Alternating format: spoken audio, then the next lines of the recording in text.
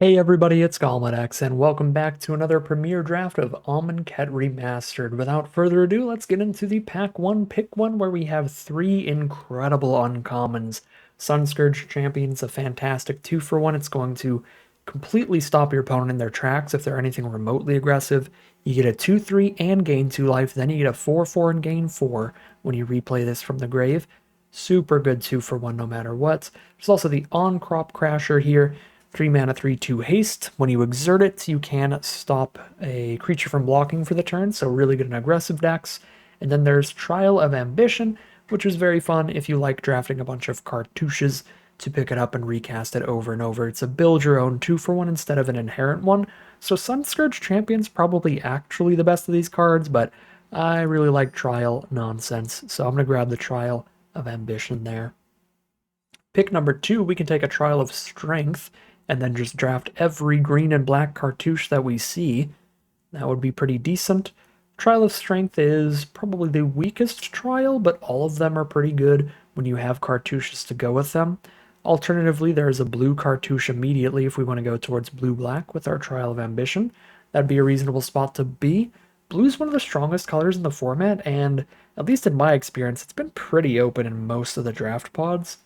So you could do that. Green feels a little overdrafted from all of the draft pods I've been in lately. It's been hard to end up in like a good, strong green deck. So yeah, starting with 2 trials would be very, very good, but maybe for color balance reasons, it's better to just hop into blue immediately. And Cartouche of Knowledge is one of the better cartouches. I mean, just drawing you a card when you play it immediately already makes it replace itself in card advantage, even if you didn't pick up a trial. I'm going to take Cartouche of Knowledge. We'll see if we can do some blue-black nonsense today. All right, we can definitely stick to black. There's a Bone Picker in this pack, which is great. If you trade a creature off, then it's a 1 mana 3/2 Flying Death Touch, which is ridiculous. Insanely good deal, and even hard casting it is fine, so Bone Picker seems great. Abrade is also great, but Bone Picker goes with the same color as one of our first picks, so it's going to get the edge there. Alternatively, there's the worst cartouche, Cartouche of Zeal in red. Not that interested. Okay, pick number 4. Yeah, pick 4 Lay Claim's pretty wild. Also, pick 4 Splendid Agony is a good sign for black. Not like a great one, as that's just a common removal spell. But Lay Claim's ridiculous. 7 mana is a lot, but you get to gain control of the best permanent on the entire board. And if 7 mana is too much for the pace of the game, if your opponent is just aggroing you out, you can just cycle it for 2 and replace it with the next card in your deck. So Lay Claim is fantastic. Pick number 5. Blue-black has a lot of good cycling cards where the Ominous Sphinx can be super great. So I'm happy to take that. Shimmer Scale Drake is also quite solid. These black cards less so. Pick number 6. Hieroglyphic Illuminations is flexible and it's a good card to cycle. There's also a pick 6 Trial of Strength. If we take this and wheel the other one, that'd be decent. I do feel like Trial of Strength has the highest upside out of everything in the pack, even if we haven't hopped on green so far. Easy Desert of the Glorified. I love me some on-color deserts. Pick 8. There's a green desert. If we go green, blue is completely empty of this pack here. Got a Riverwinder. And then pick 10 is where we would maybe wheel the Trial of Strength. If we do, then we hop on green because that's a solid signal that green's open. If that went around the whole table. The only reason I'm even considering that as a possibility is that the other Trial of Strength went pick 6. Alright, didn't make it across the whole table, but we still got excellent cycling cards. We'll take another Riverwinder here.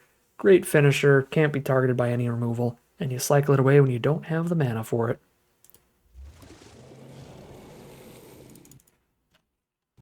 We love to see this. Some blue and black options in this pack, the best being Countervailing Winds. When you're a cycling deck and you can fill your grave, you can make sure that this can definitely counter something, and if it can't, you can cycle it away itself.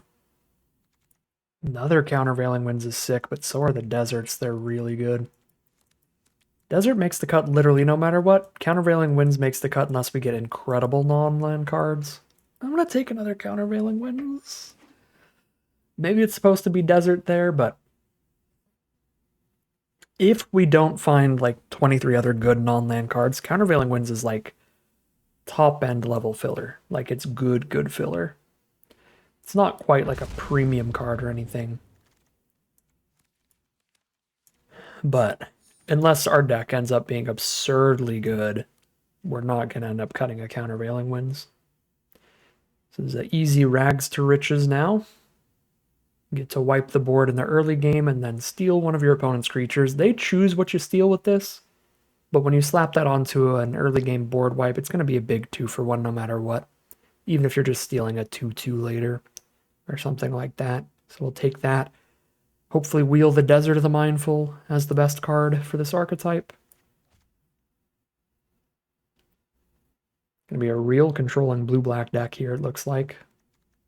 Alright, if near Deadlands is pretty spectacular. When you flood out in the late game, you start throwing your deserts at their creatures as removal spells. Unquenchable Thirst is also quite reasonable as removal, but I will turn my lands into removal in the late game with this Deadlands.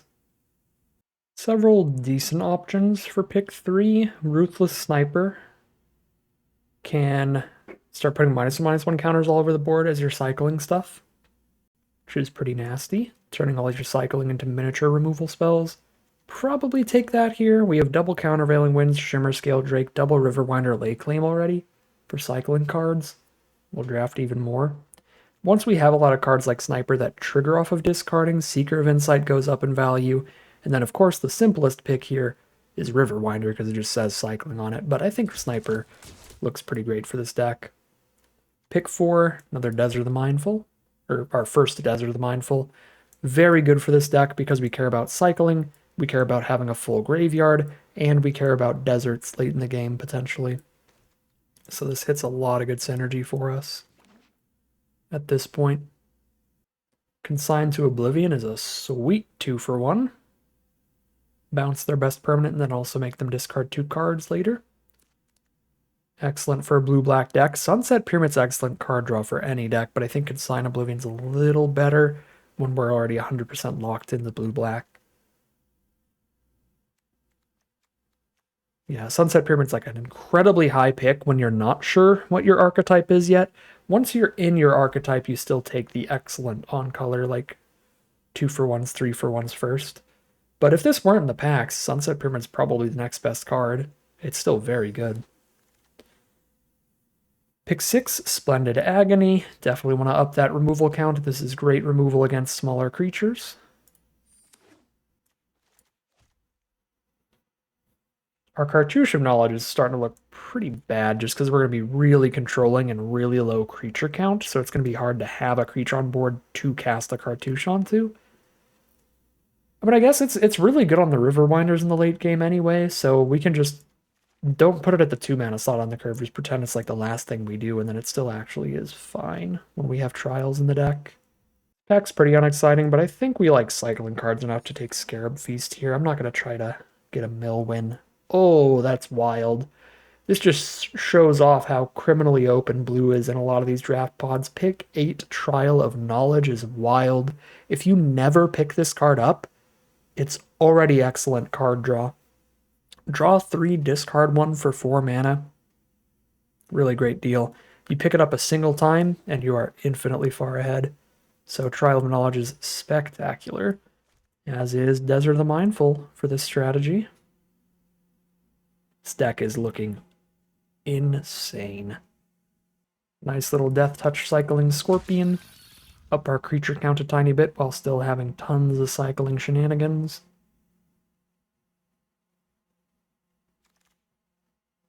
There's that Seeker of Insight that does synergize with Ruthless Sniper, and it's a decent way to dig through the deck. Otherwise, we do need some early blockers. I am not a fan of Miasmic Mummy, though. Unless you have a million Embalm and Aftermath cards to really make sure you come ahead from each player discarding.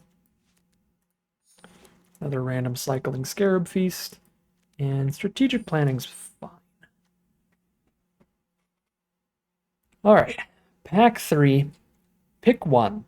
We have a very close pick between Supreme Well, which is an incredible, flexible counterspell, just by itself, it gives you the backup plan where when you don't cast this to counter something, you still draw a card.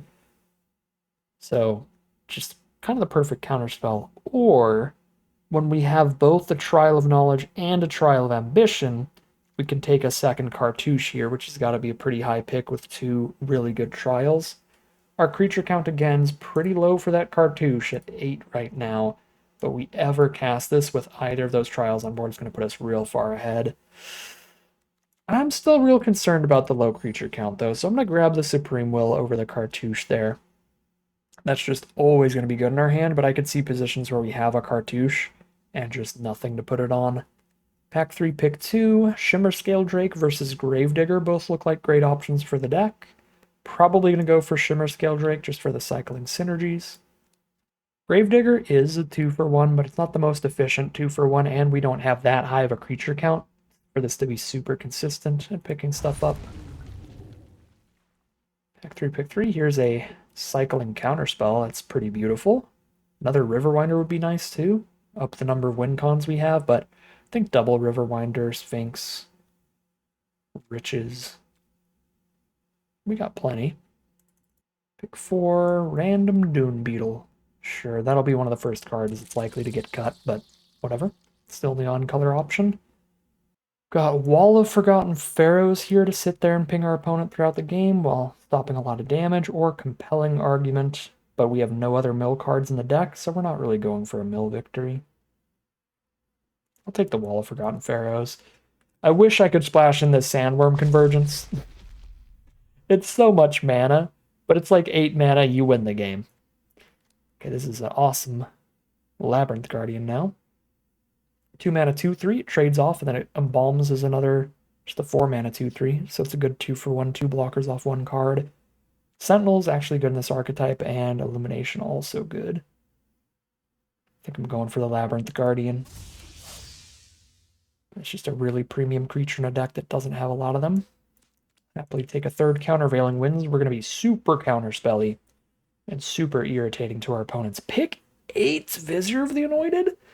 This was the absolute MVP of our first Amonkhet Remastered return draft here in our blue-white deck. It's significantly worse in this deck when we have only one card to pick up with it, but if we draw this before the Labyrinth Guardian, then it's still really good.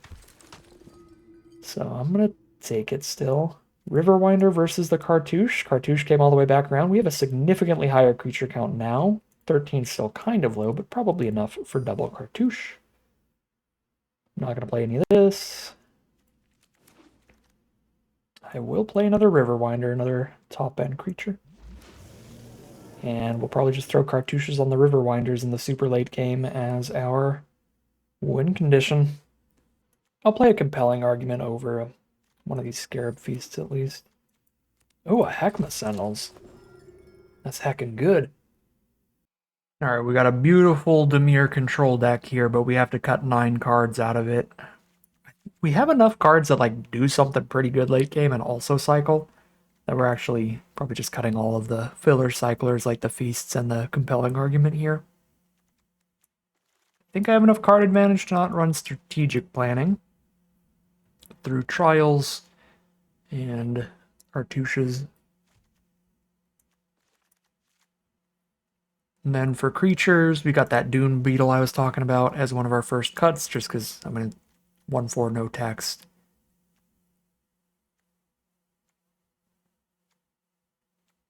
And then Vizier might be a little bold with literally one Embalm creature in the deck. This card is just so ridiculous, even if you only have 2 or 3 Embalm cards. Yeah, because like as long as you still have an Embalm or an Eternalize card in your deck when you play this, even if they kill it immediately, it drew you a card to reanimate. So it's a 2-for-1 at worst. 3-for-1 if it's still around when you Eternalize that card, because then you draw another card. It's so good, but we only have one Eternalizer. One Embalmer, I should say. Alright, well let's cut all this filler and see where that puts us. Still 3 cuts to go. Maybe this just isn't the best Bone Picker deck. If I trial something then play Bone Picker, it's pretty good, but a lot of what I'm doing to creatures is countering them in the first place. And we're not just trading off during our turn often enough to make this one. So it's a 4 mana 3/2 Flying Death Touch the vast majority of the time, which is just fine. Like, it's good, but it doesn't hit any synergies, and literally every other creature in the deck does. I guess Guardian doesn't hit synergies, but that's always a 2-for-1, so that feels better still. Yeah, I think I'm going to drop Bone Picker. Still 2 cards to cut. We can cycle these at 1 mana, worst case scenario. We can cycle this at 2, worst case scenario. Cycle this at 2, worst case scenario. These cycle at 2 as well. But even if I can cycle most of these for cheap, like I don't want to, I still want the big hexproof finisher. I still really want to actually cast Lay Claim at 7. I have a Riches I want to cast at 7. Like, we can, in theory, cut a land or 2 here, because when I'm not hitting my lands, I can start cycling my cards away, but if I'm hitting too many lands, I can also cycle the lands away. I've got 3 cycling lands, and I really want to get to 7 mana in the end game here, so I just don't think I'm cutting lands. So I do have a Censor and 3 Countervailing Winds and a Supreme Will. So maybe I can cut 1 or 2 counter spells here. That might be a little overkill. Yeah, I think I'll drop one of these. And then I kind of want to drop like the weakest creature. Sure, every creature still in the deck has good synergy, but it's a little more creatures than I need for this really controlling deck. You know what, I think I'm going to drop the Wasteland Scorpion. What's really nice about dropping Wasteland Scorpion here is now we only have 1 creature in the whole deck that dies to Rags. The only creature in our deck that dies to Rags is our 1-drop Ruthless Sniper. Everything else is 3 or more toughness now. So this just makes Rags kind of insane. Yeah, I think we can drop Wasteland Scorpion. And that should wrap it up for us pretty well. Let's make sure the mana's still good. 19 blue cards, 5 black. But I do have the double black on Rags being pretty important. Let's see, we've got 9 blue sources, 8 black. And I don't need double blue until like 5 or more mana. Yeah, it feels higher on black than we need to be, but Rags is a really important double black cost. And if near Deadlands is actually a triple black cost, to use this in the late game, you have to spend double black and tap the Deadlands itself. So I'm still going to go 9-7. Obviously, blue's favored, but not as much as you would think with the 19-5 split. So, all right, yeah, deck looks super sweet. Very excited to see how it goes as we head into the gameplay. All right, here we are on the play for game 1. Only have 1 color here, but it is the main color. We only have like 5 black cards in the deck, right? And we have the cartouche to go with the trial when we find the swamp. And we can cycle away the 7-drop here, so we aren't punished for a 2-lander. Seems like a reasonable keep, honestly. Oh, I am on a 9-8 split, I think. So I'm actually pretty close on the 2 colors. So 4th blue source is sad. Okay, cycle and hold up a consign. Okay, nope, we're going to play a Seeker. We don't need to consign the Eternal.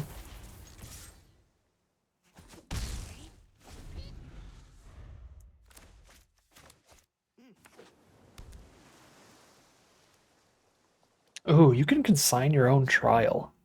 That's kind of sick. As another option.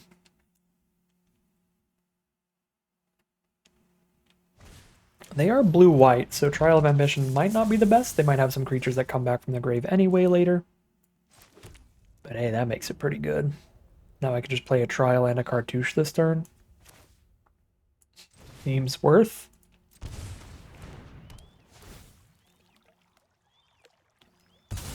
Boop that. Jump in the sky. Have another boop in hand while drawing a card.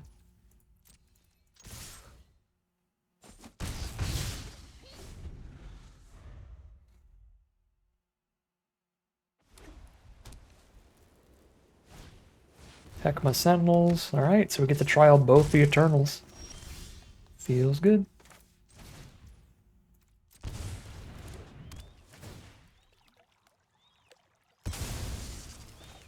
Consign the Sentinels. It costs 3 mana and they only have 4 lands on board, so that is going to be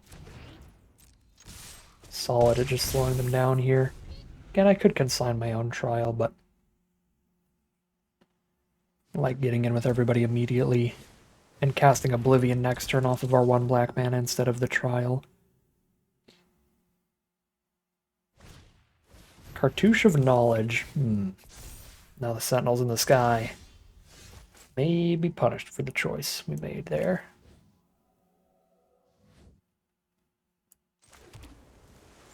Six. 1 land from Riverwinder. That's going to be the finisher here for sure.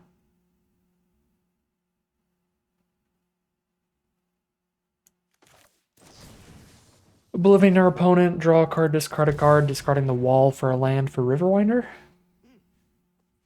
Seems like a play.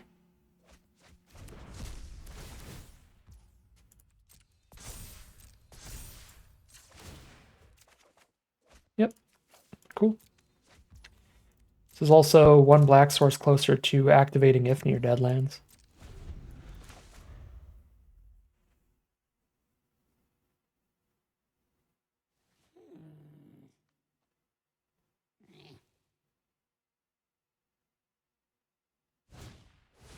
Haven Initiate has arrived.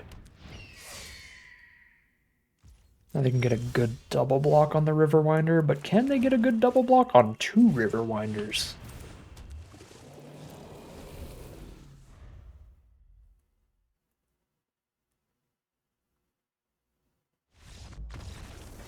Apparently they're fed up with the first one, and we start things off 1-0 heading into Game 2.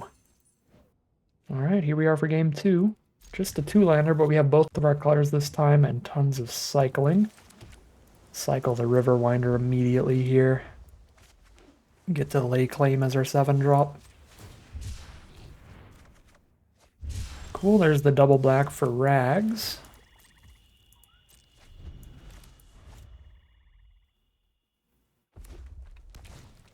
Four lands already, I don't feel the need to cycle Lay Claim. I've got a 2-mana Censor and a 3-mana Censor here. But if they play a 3-drop, I'll play the 2-mana one, because the countervailing wind's can be bigger than Censor later. Okay, they played a 3-drop, so we play the Censor. Because it also survives Rags. If it didn't survive Rags, you'd probably just Rags and do the 2-for-1 there. This is a lot of black sources this time. I'm going to be really sad if we find 7 lands and don't have double blue still somehow. But until then, we're still good.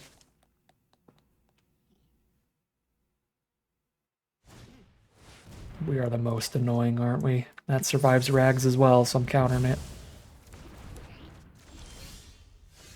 Wow. Alright. Blue source, please. No. Oh, man. Well, Ruthless Sniper is going to be phenomenal here. If we don't Rags, we can just Sniper, cycle one of the Riverwinders next turn. I don't want to play it immediately, because I'm not going to block this. They could just Prowess and eat it up anyway. And then if they play more creatures with 2 or less toughness, then I've just thrown a Sniper in the graveyard, because I'll end up casting Rags anyway. Okay, cool. 1, 2, 3, 4, 5, 6. We have found the blue source, but we do need to wait 1 more turn for Lay Claim regardless. But now I can play Sniper. I've cast the only board wipe in the deck.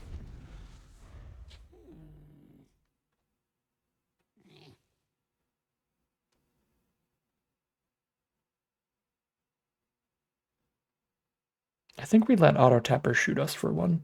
Because I think it auto tapped for Rags with not the Deadlands, held that up, and then we shot ourselves for 1 to play Sniper. Alright, land 7, beautiful. Give me your Zealot then. And I'll save Lay Claim when I actually need to choose something specific.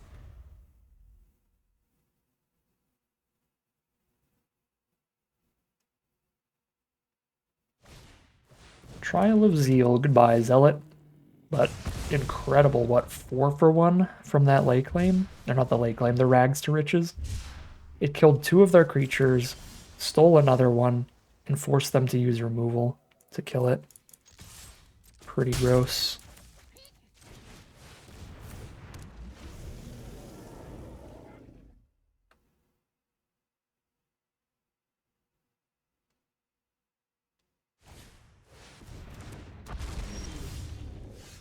This doesn't shut off blocking, does it? No. No, just play another Riverwinder. That thing doesn't block the Riverwinders well at all. I'm at 14, definitely in the lead in the race without the late claim.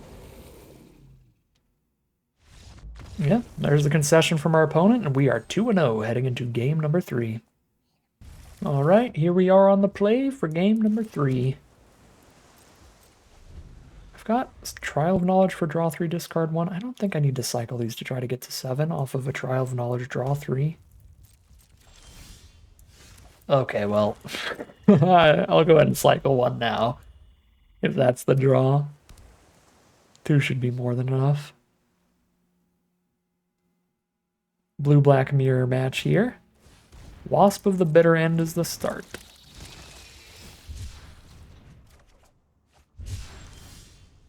Sweet. 5 out of 7 lands. Play the tap land turn 5 alongside a Trial of Knowledge. Unless I don't Supreme Will this turn. But I'm probably going to Supreme Will.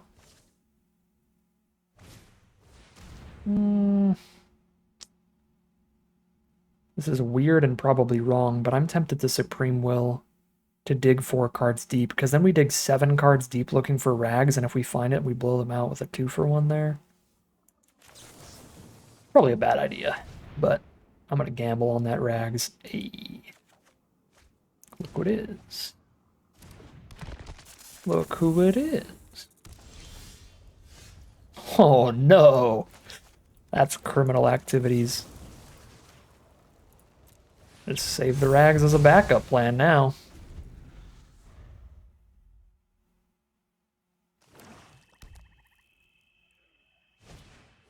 Blighted Bat? Wow. Our deck is good against theirs. These are some fragile creatures. Ooh, we got a Cartouche to go with this trial. Ooh, but then we didn't draw land. Oh no, the Ruthless Sniper against the Bat too? Our deck is so good against theirs. We have double Cartouche with the trial. I'm still probably get rid of one of them though, right? Another draw 4 is going to be more than enough, and I can't play these Cartouches for a little while here.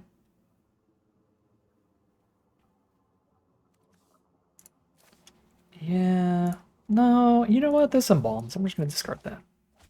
And I am not going to play Sniper right now because I want to have the Rags option open. If they play more creatures that die to Rags, we'll cast that. If they don't, I'll play a Sniper. Draw a card off a Riverwinder and kill a Bat.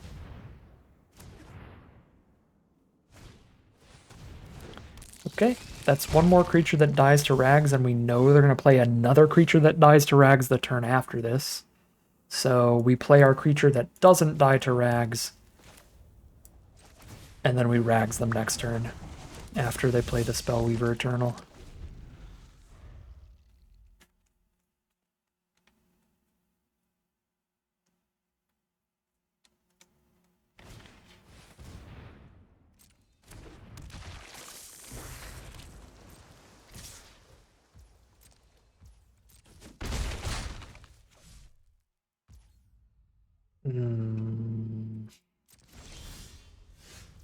Got 4 mana up for potential counter here, though. If Rags doesn't resolve, I'm in a pretty bad spot. I mean, I guess I cast Rags, they counter it. I cast Ruthless Sniper. But I don't have the mana up to cycle anything to the Sniper if they counter Rags. Am I just leading with Sniper then? And just cycle killing both the flyers? I kind of think I am. Because then it's like if they counter Sniper, we cast Rags. And if they don't counter it, then, well, we're safe. Whereas if they counter rags, we're not safe.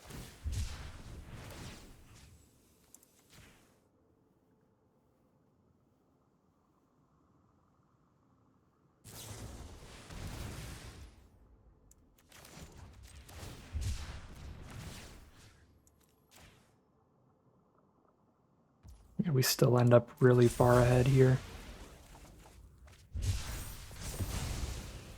And they may have had a counterspell for the Ruthless Sniper, but it was a taxing counterspell that would have countered rags but not sniper. Like the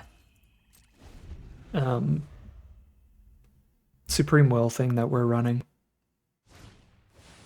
Okay, there's their Trial of Knowledge.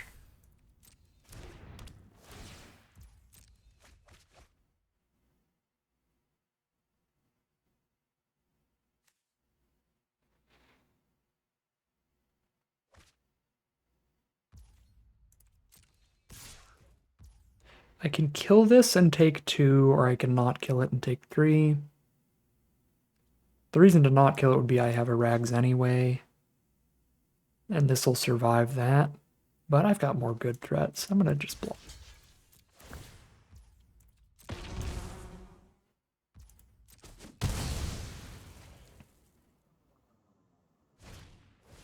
Another Spellweaver Eternal. Those are actually getting pretty scary. To the point where I'm just gonna rags a single creature while they're tapped out. I'm already ahead in cards. Getting a rags as a 1-for-1 isn't incredible, but they have to play multiple creatures here to play around Riches now. Or else Riches goes wildly ham. Okay. Show me that counter spell, right? Just play Riches.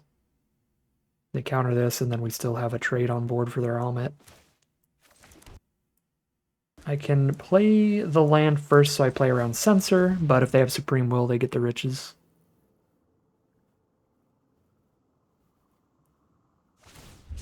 Cycle the Vile Manifestation. And they don't have the counter. They never did. I was playing around nothing, but we're still so far ahead. Way far behind in life total, but that's how it's going to be, being the control-y deck. I guess we were both somewhat control-y, but they had a lot of cheap creatures. That was an aggressive blue-black build, actually. Same color pair, but yeah, we're certainly the control build, so way behind in life total, but infinitely ahead in cards and on board in the end game. So 3-0 heading into game 4. All right, time for game 4. No blue source in hand is not keepable. I can keep mono blue hands. I cannot keep mono black hands, especially with 5 blue cards. Got to take the mulligan on that one. But this hand looks pretty good. We will keep this. With a cartouche, nothing to put it on for a while.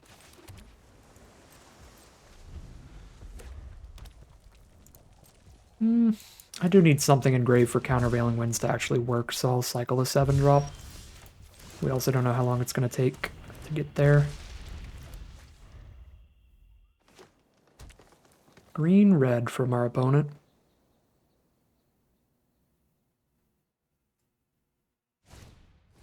Starting off with a 3-1. I can bounce off that all day. We cycle the Riverwinder looking for the second blue.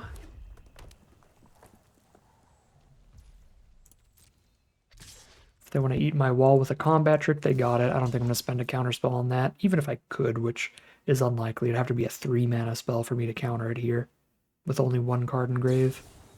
Yep, that resolves. You got it. Goodbye, 0-4 then. Oh, yeah, I forgot that untaps a land, so they can still play a creature this turn too. Yeah, it's kind of gross. Okay, I have to counter that, right? Or else they have 5 power on board. I'm at 18. Yeah. And just slow them down much as I can. Labyrinth Guardian helps a lot. Trades into the companion and then comes back to trade into something else, or at least chump block.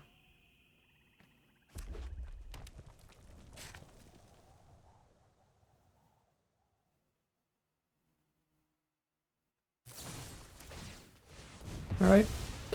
Trades into removal then.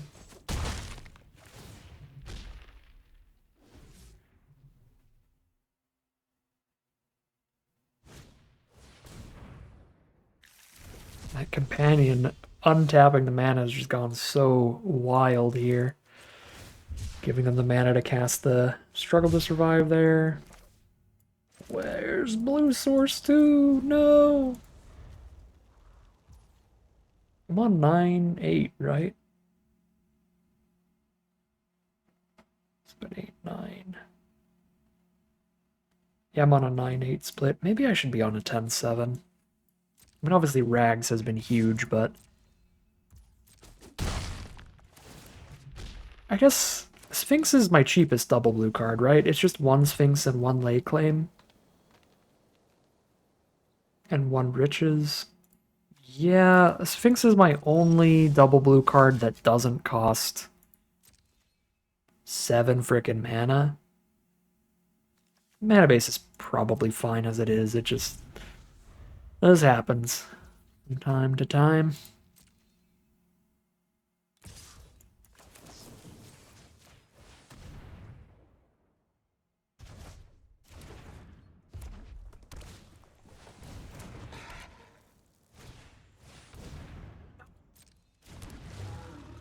You got a real mouth on you, don't you? Well, now Feed draws them 0 cards, and they have nothing in hand. Haha!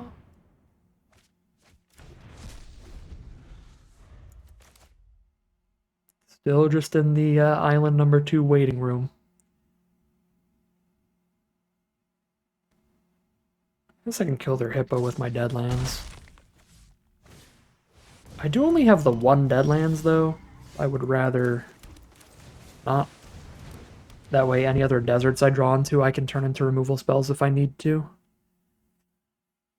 Plus, we have some good 7 drops in the deck, so if I sack a little too preemptively and then I top deck a 7 mana card, that could be bad.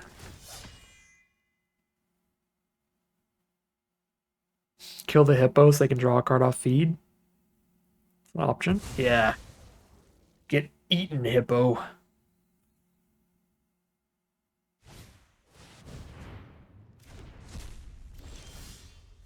Countervailing Winds is actually sick right now. I'm about to take 4 to the face, though. Can't just, like, block and cycle here, I think. And I can't not hold up Countervailing Winds. Oh, it's only a counter unless I pay 2 still? Shoot. Maybe I do actually just pass to cycle this and block. Because they can resolve like a 5 mana creature still. Because it only costs them 4 and they've got the 2 mana up. Alright, pass this turn, we find Trial of Knowledge. We want one of these draws to be a land. But we can still cycle the Countervailing Winds without a land here. And our opponent has left the game. We are 4-0. Heading into game number 5, still undefeated. Alright, well... we did say before we can't keep any hand without blue sources, but Ruthless Sniper makes me greedy. Because I could cycle the Drake, put a counter on the board, but it's still gotta be a mulligan. Yikes. It's gonna be a yikes for me, dog. The 9 islands are running for their life. Still got double cycle. I've got a Rags here. It's better to hold this than Moldify when I've got Rags in the hand, at least. I think I'm gonna do that. Rely on Rags. Just cycle these towards blue.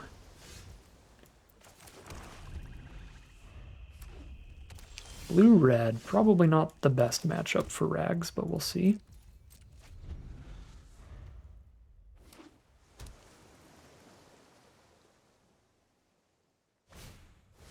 Okay, kill that.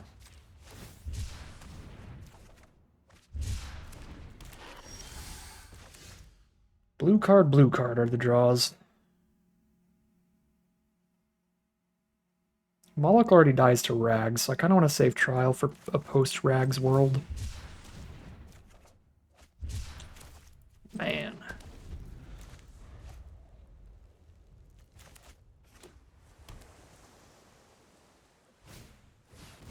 Alright.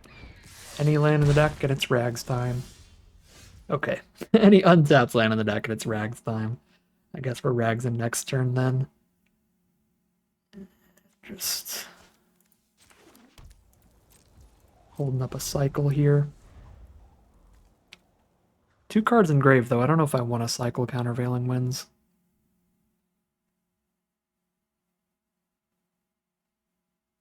I guess I'm trying to get to 7 mana to cast Riches from Graveyard, so it would be fine.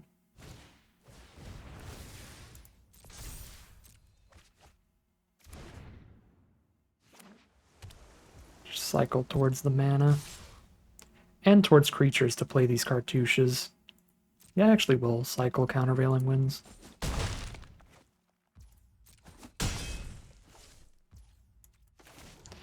They've got a counterspell here, we're doomed. Well, I've got the backup sniper now.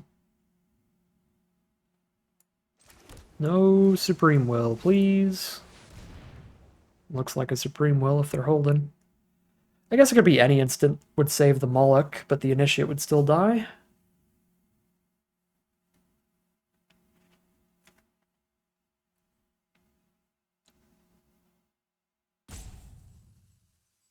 They gotta choose what instant they want to use here.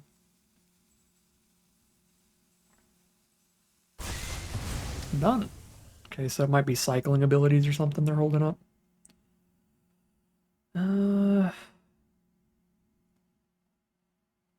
Could do... Play the sniper. I have no cycling in hand. Yeah, let's get that mana investment out of the way then. Probably just kill this with some burn spell or something.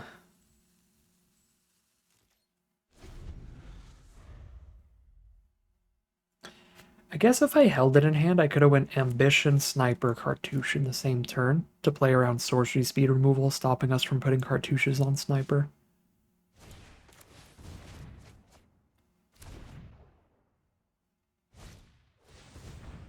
Ooh, no creatures. And that's actually a problem. I was going to say, I kind of like to see that. But then I was thinking for a second, I was like, no, because I don't want to play any cartouches till I play Trial, and I don't want to play Trial if they don't have a creature. So we pass holding up a counter. This counter's really good now, right? Yeah, counter unless they pay 4. Also got the bounce spell. It's a 4/4. I can Trial of Ambition that.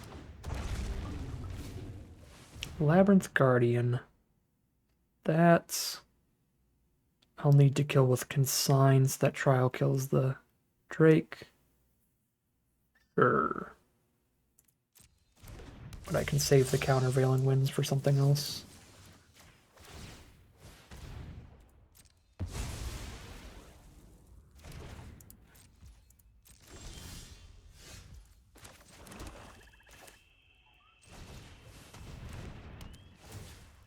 If I cartouche right now, I don't have Countervailing Winds up, and I'm going to play it pretty safe with this Countervailing Winds. So we don't die to like a Locust God or something.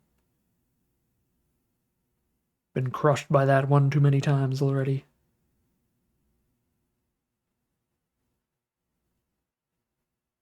Although if they tapped up for a Locust God, I could just Riches it if we hit a land. That would be kind of insane.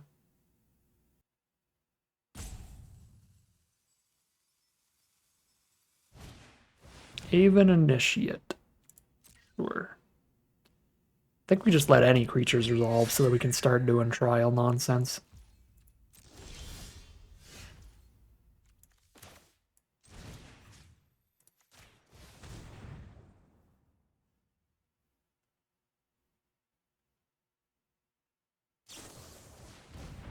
Alright, no Trial this turn, because I need to just counter this now. Yeah.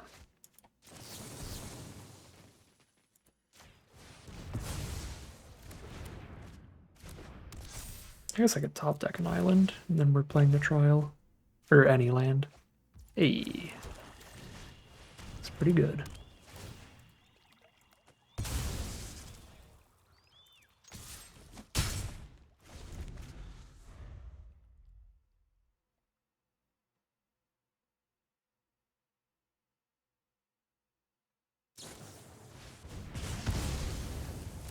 Snipers roasting on an open fire. Got 8 mana now. Play a Labyrinth Guardian and just have them discard their hand. Yep. Enigma Drake Magma Spray. Not bad at all. Magma Wrath. I'm rich.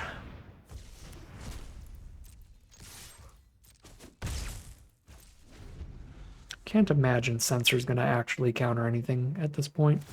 Embalm abilities are abilities and not spells, so I can't like censor a 7-mana Embalm. Heckma Sentinels, Riverwinder.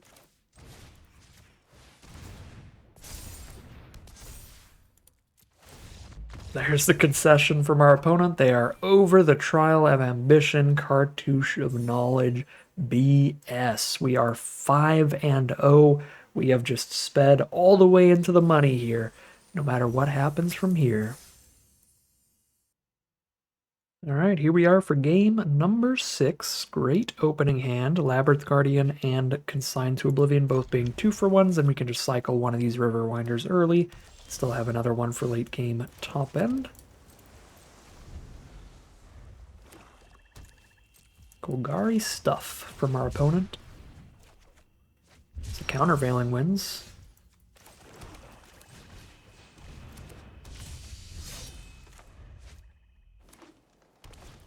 Blighted Bat. Love to see that in this deck. Honestly, I don't even think I need to trial it because there's a lot of cards we can draw into that'd be disgusting against it. Rags, the Sniper, and the -1/-1 to 2 things. So instead of just ambitioning that, I'm going to hold up the countervailing winds. If we don't do that, we can cycle a Riverwinder and consign something. That's also fine.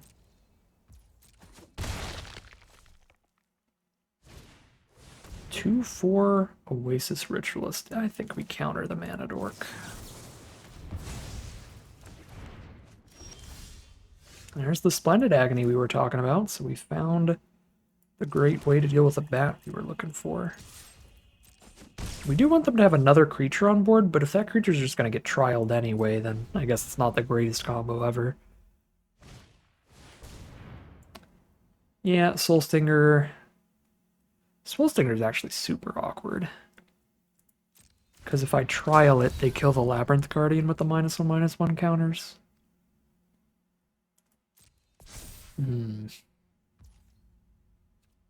Guess I'm just going to consign that for now. Get the discard here. Keep taking 2 a turn and cracking back for 2 a turn. There's the Sniper. Just snipe the Blighted Bat. Sure. Soon enough.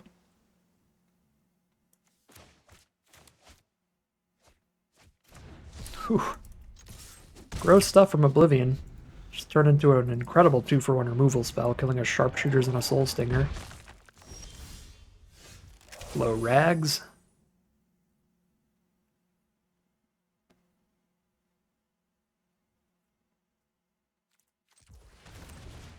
Snipe the Bat so I can ambition the Sharpshooters.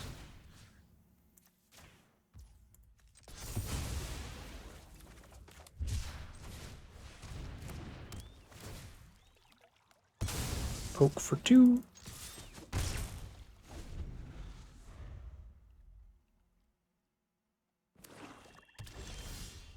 Ooh, they're out of stuff, and I have a counterspell up now.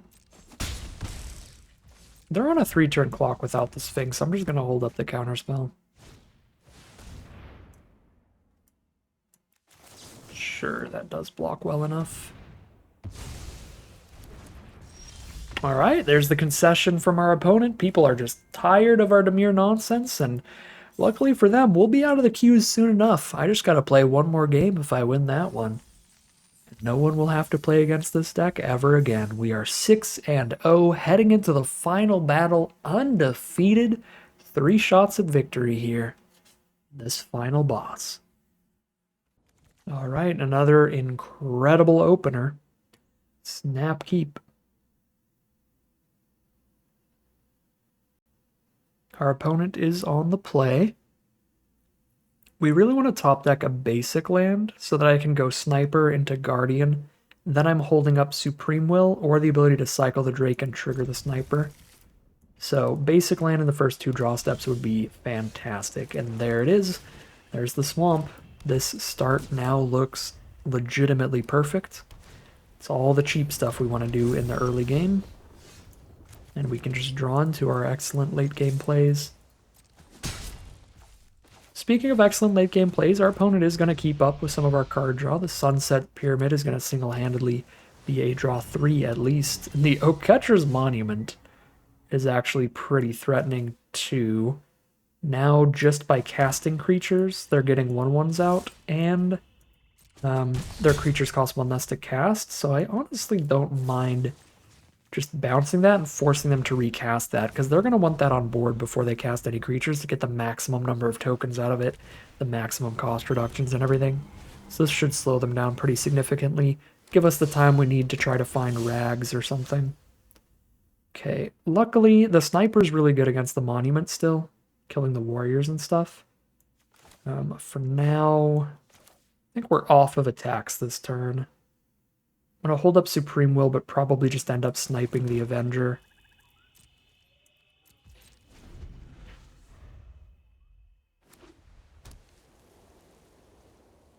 But I'll let the Avenger hit us first so that we have time to choose if we need to counter whatever they play. Because I don't want to like tap out to kill the Avenger and then have them just cast a great 5-drop here.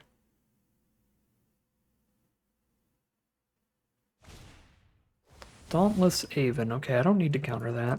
Countering it is not going to stop them from getting the token, and I can snipe it. Aven Wind Guide I do kind of need to counter. Or else all these 1/1s are flying now. Problem is they can still embalm that if they hit land 6. So we gotta really hope they didn't hit land 6. Or they don't hit land 6. I can't just Oblivion their 1 card in hand.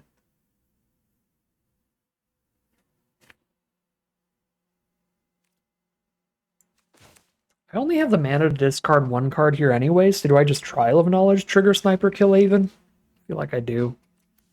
Dig Sword's Riches, or Rags specifically being the important part of the split card.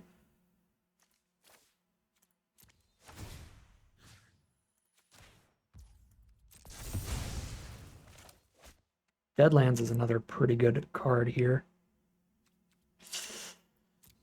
I could attack with Labyrinth Guardian here so that if they have the land, I get some damage in since I can't block anyway. Badly they have the land. Alright, I have to deal with this token here quick, and I can't.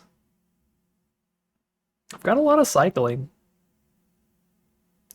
Deal with all the 1/1s, I guess.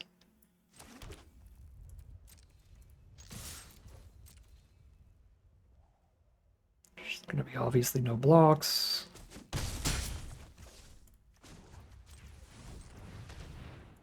Technically, Deadlands make it an 0/1 and then cycle something would deal with it, but that takes 2 turns because it's 5 mana to use Deadlands and 2 to use Sniper. Minimum. You know, what am I doing? I could just cast a 3/4 flyer. Hope for no removal. Then I don't have the mana to use Sniper at all this turn. So Avenger gets in. Okay, I'll probably cast a Drake soon, but I don't think this turn. Kill the Avenger first. Okay. Another cycle or Heckma Sentinels? Heckma Sentinels actually just want to cast the Drakes now.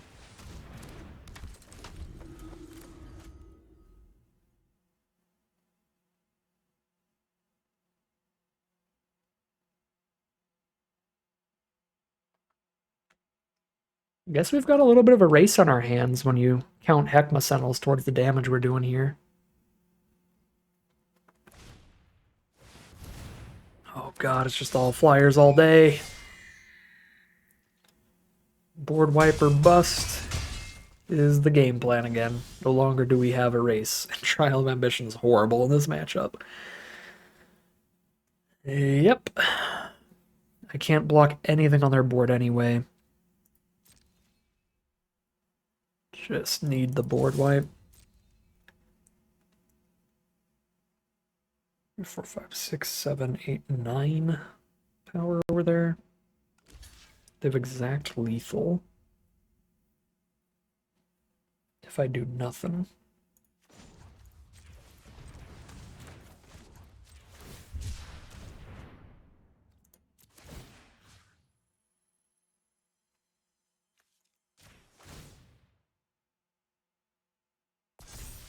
To pay the one before I see what I draw? That's kind of rough. Okay, I didn't draw rags anyway.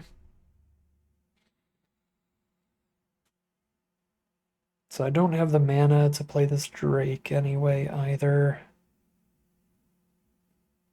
Cycle again, we need to find something better than a single blocker against this massive board.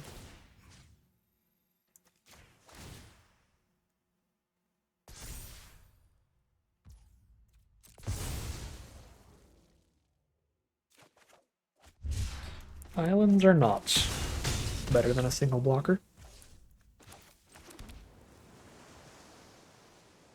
Alright, we're taking 5 on the crackback.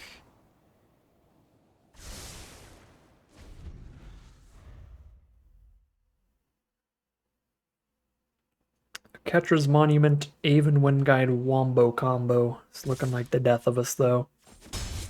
We found just one removal spell halfway through the deck. I guess I don't have a ton of removal in the first place.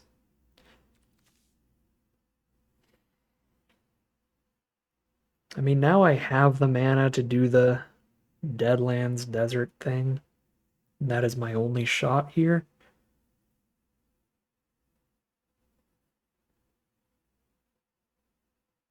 So I kill that, block 2. No, I'm still dead if I do that. Because they have too much power on board. I'd have 2 blockers up for the 3 1/1s at that point. Because it's 4 of this mana plus tap Deadlands, then 2 mana to cycle the desert and the 1 to pay. So I would completely tap out to give this -3/-3. Then this hits me for 3 and one of these hits me for 1.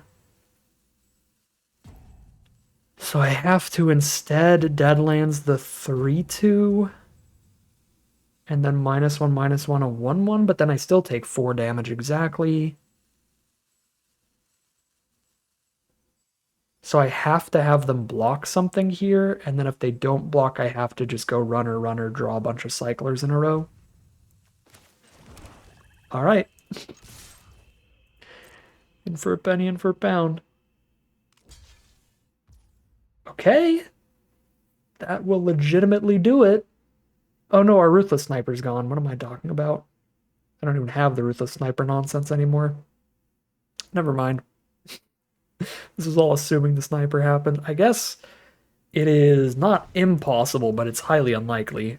We could cycle 5 cards here. It's incredibly unlikely, but technically possible. Oh, you're 1 millisecond too late. I'm 1 mana off from casting that. And I tapped my creatures here. If we drew this instead of the land this turn, we could have just stolen the Aven Wind Guide, and then we have 3 blockers up including a flying blocker. I block there, there. I take 1 on the crackback. This would have been game winning. That's really sad.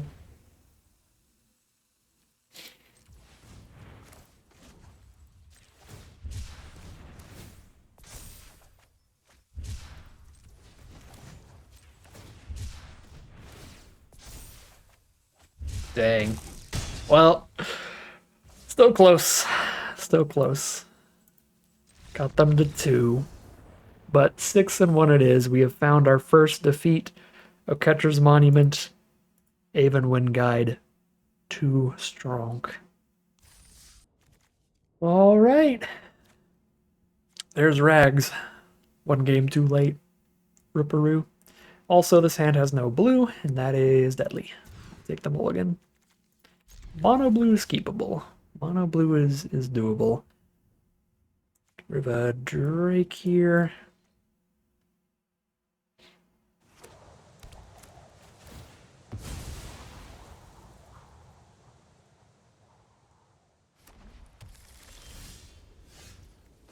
Ekma Sentinels. Get us started.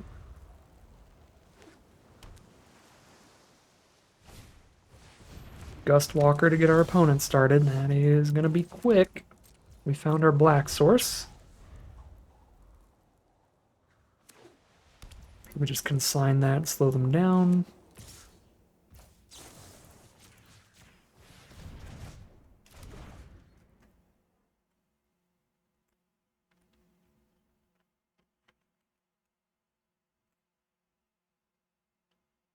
And we get to draw Ekma Sentinels and force an exert from our opponent to attack into that. Ooh, Eternal of Harsh Truths. That's going to be a snap block here. If they have the removal to go with it, that's going to be a really good value for them. Kill the Sentinels, attack in, draw a card.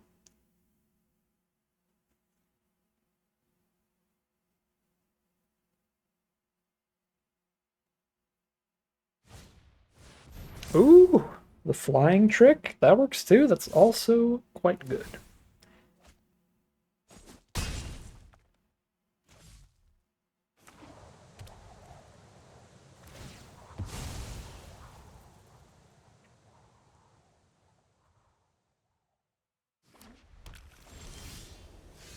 Hello, Trial of Ambition. Speaking of things that are quite good, getting this card draw engine off their board seems big.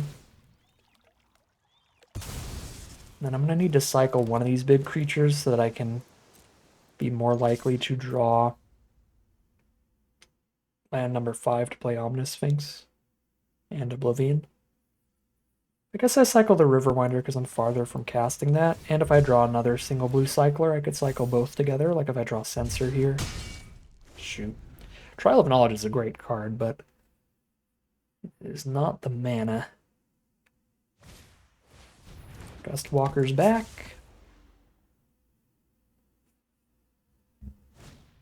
And another Gust Walker. Alright, there's Countervailing Winds. Awkward timing on that as well. Now they're just going to double exert, hit me for 6. I'm at 9 because I can't play a flyer because I am missing lands. Yep, I kind of have to Trial of Knowledge into the land then. It's the most guaranteed way to hit a land here. But then I'm not holding up Countervailing Winds, which it might be worth holding it up. We have 2 cards in grave. We have a lot of spells in hand as options. Guess I'll hold up Countervailing Winds.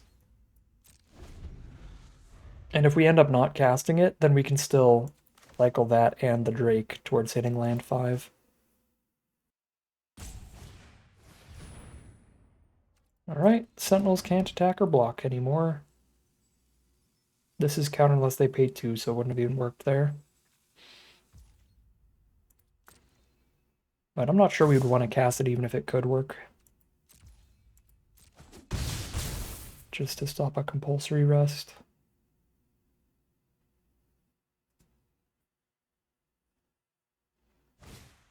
Spellweaver Eternal. If I don't counter that, Basically need exactly rags, and even if I find rags, I don't have double black. Yeah, I'm under too much life total pressure to just let that resolve. Just countering a single creature's worth, and here's the second black for rags if we can find that. And if they don't have removal, we have a 4/4 flyer to block their 3/3 flyers, which holds them off. So hopefully compulsory rest was their main piece of removal, and Sphinx is enough to slow them down.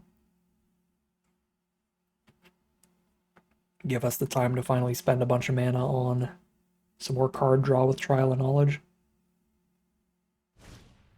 Fanbearer? Alright, well, that's horrible, because they get to return the unconventional tactics for the huge buff, and they get to start tapping Ominous Sphinx down every turn.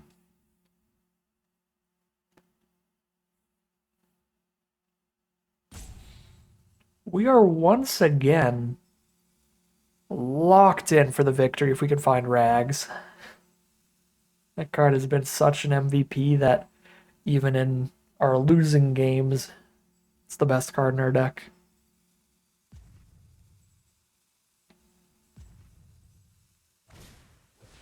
Oh.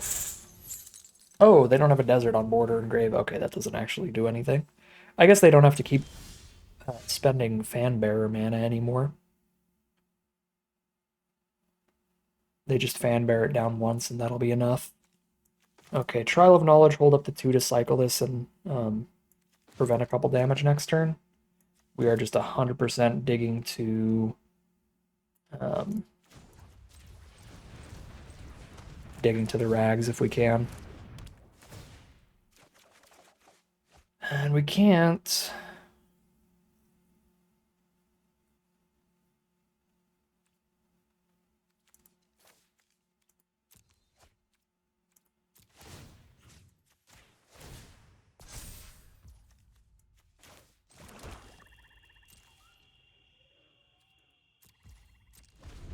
I'm going to force them to use Fanbearer instead of just attacking. Make them do the tap here to get in. Yep.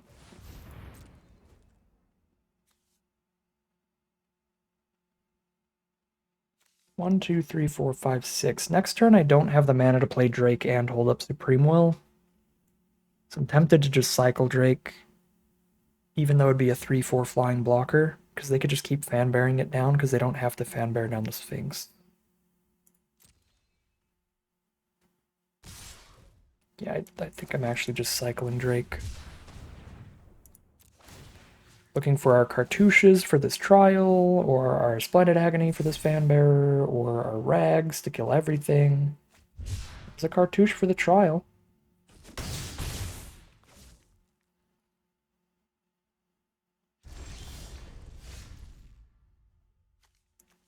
I've got exactly enough to cartouche Trial of Ambition and hold up Supreme Will.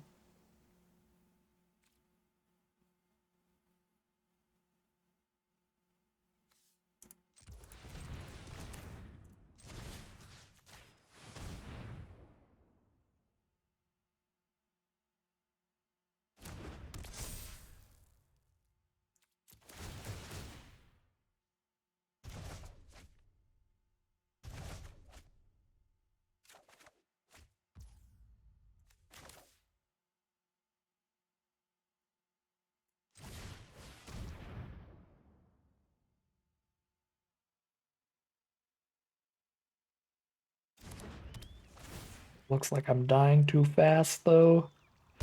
9 life. They have 4 damage on board minimum. I've got to gain 2 on board sacking the Sentinels. Whew. This is a tough spot. They keep hitting all non-lands as well, so we know they have 5 more spells. They haven't played a land in a long time. Okay, 4 more spells. Is that lethal yet? 1, 2, 3, 4, 5, 6, 7, 8, 9. Yeah, that's lethal. I have to counter it. Or they can exert both in it for 9. I guess I could cycle one after they exert both. And then they're both stunned for a turn. That might have been worth trying to get them into the double exert, and then cycling to survive. Actually, yeah, I had the cycle and the life gain. Maybe I shouldn't have Supreme Willed that.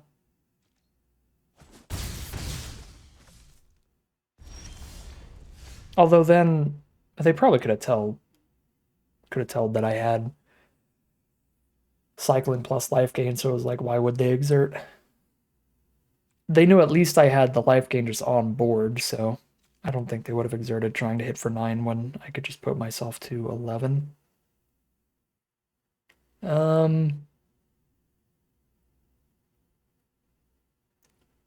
only have 4 mana up if I Trial of Knowledge here.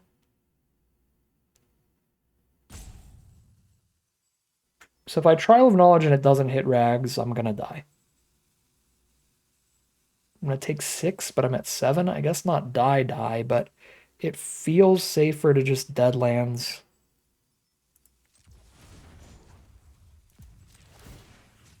Just Deadlands a Gust Walker at this point. And sack of Sentinels.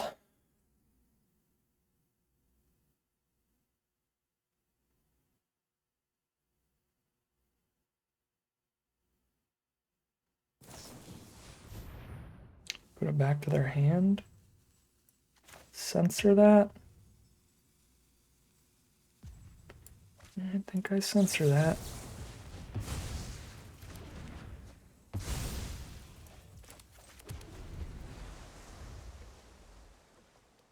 Now they've got an Oblivion in their grave as well, but they don't have any black mana.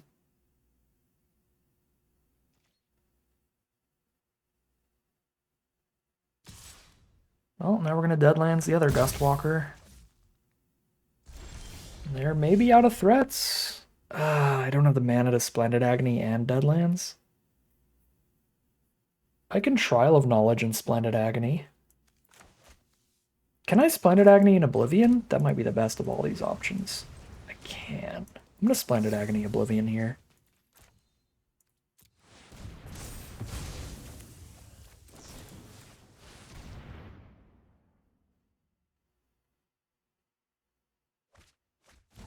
Oh, they're just sandbagging lands like crazy. That is wild. They're holding on to that many lands. Could have been helping them pay for that censor and stuff. Supreme Will. The top deck the censor the second after I played into it. That's rough. Oh no, the unconventional tactics back the hand. It's terrifying. Desert of the Glorified. Well, that's another Deadlands usage. So I would rather play that than cycle it.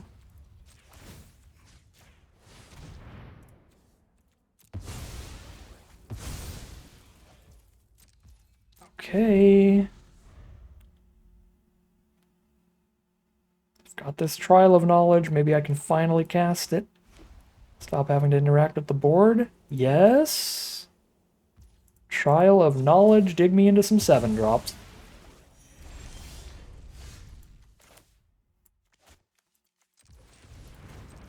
Let's go. Yes. Play the Labyrinth Guardian. 12 cards in grave? No. We're gonna wait.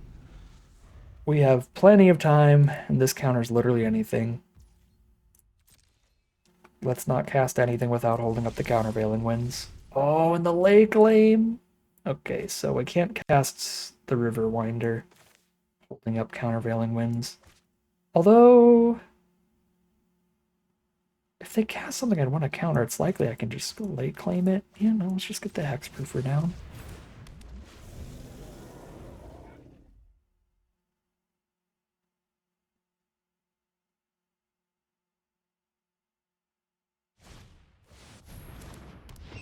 There's a Wind Guide that we can lay claim. Ooh. Could pick up the Trials instead. That feels a little safer because I'll have the Countervailing Winds up still while doing this. They will get to embalm it, but then I could steal the embalmed thing.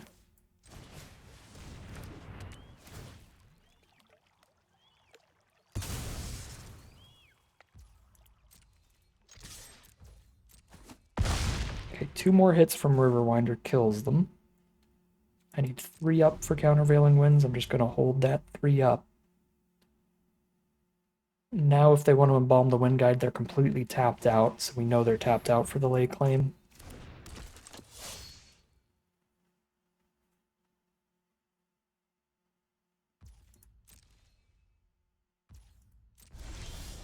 Ketra's Avenger, and that's it. Rags the Avenger away. Feels legit, because I can hold up the counterspell and do that.